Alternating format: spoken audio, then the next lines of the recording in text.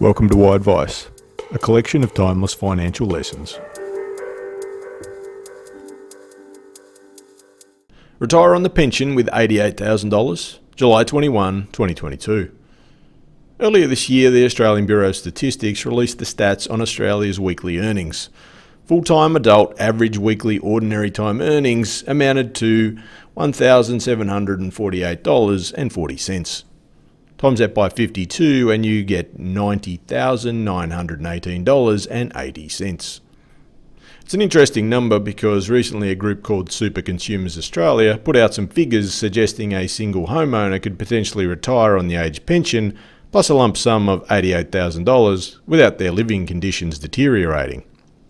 It was another one of those studies that has some credibility but has something outlandish embedded, like the $88,000 figure, so it can launch thousands of media articles filled with terms like previous thinking challenged, new analysis suggests, and experts say.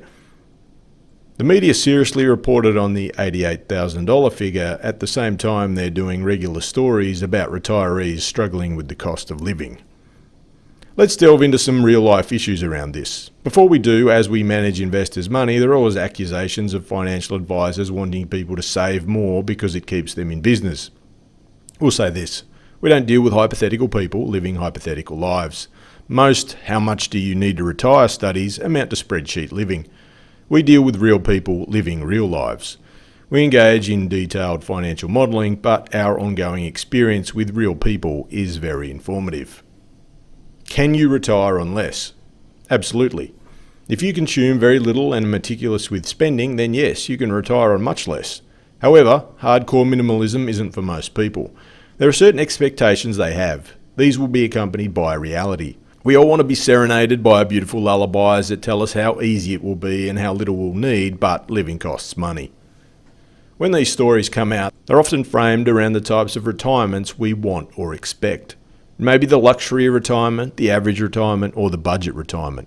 In the luxury option, they use examples like if you want an overseas trip each year, to eat out on a regular basis, or buy clothes on a regular basis, which signals they're thinking about stock image retirements that are fantasy more than reality. Retirees do holiday overseas and eat out, but what's truly costly in life? Things you don't expect and aren't prepared for. In real life, people encounter problems.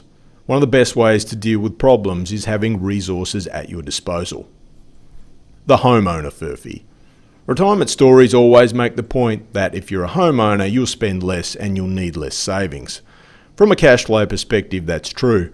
Council rates, water and insurance are universally acknowledged, but these are less costly than having to send money to a landlord on a weekly or monthly basis.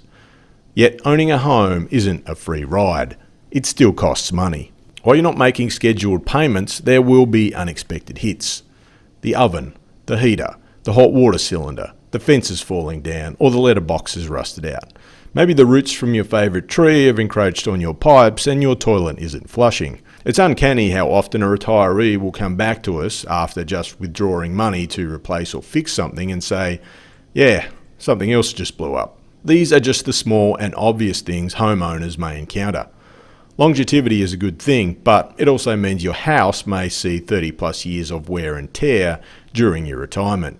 Roofs, windows, doors, paint, loose mortar, rotting boards. Alternatively, you're going to move into an apartment.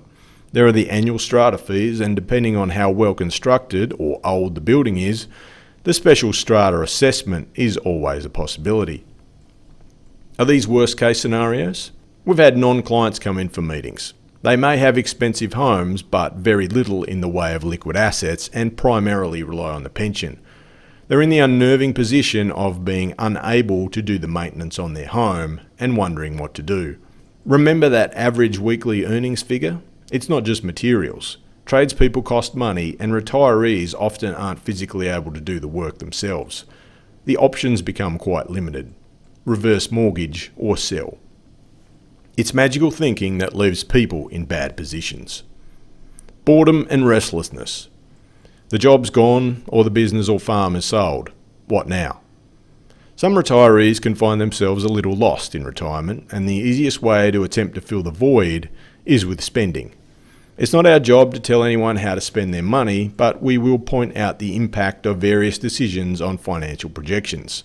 Can I buy an $80,000 caravan? We've received that question over the phone from a caravan and boat show. It's why the caravan salesman sees us as their mortal enemy. Occasionally there's a realisation the big new caravan then needs a new four-wheel drive to tow it. We're not saying don't buy a caravan or boat. Life is for living, and retirement certainly should be for living and enjoying yourself. But spontaneity is a little more complicated in retirement. Boat, caravan, the new four-wheel drive to tow the caravan, feeling like a new kitchen, bathroom. Ideally, these should be planned for, acquired and or completed pre-retirement. However, if someone has more savings, they also have more room to experiment if they're struggling to adapt to retirement. Health and mobility.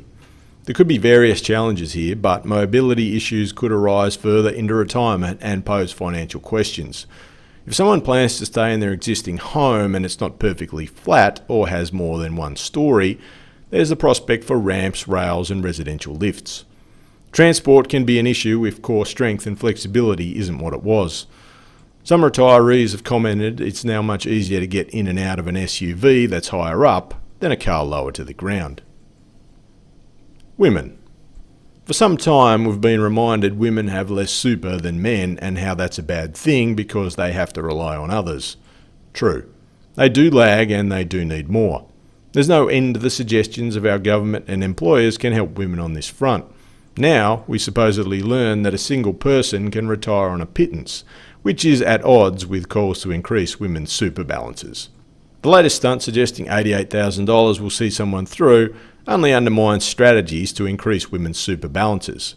Just an example of what happens when the media waste their time pursuing silly stories. The accumulation of knowledge through dealing with retirees for several decades tells us it's better to have more resources than not. It's why there are calls to help women increase super balances. The age pension exists kind of like a shock absorber when balances go below certain levels. And yes, it's good for cash flow, but once you've got fewer of your own resources to draw upon, it means less choice and less ability to deal with challenges. Self-reliance is a good thing, and as retirees find out, financial resources are quite useful when you're no longer in the workforce.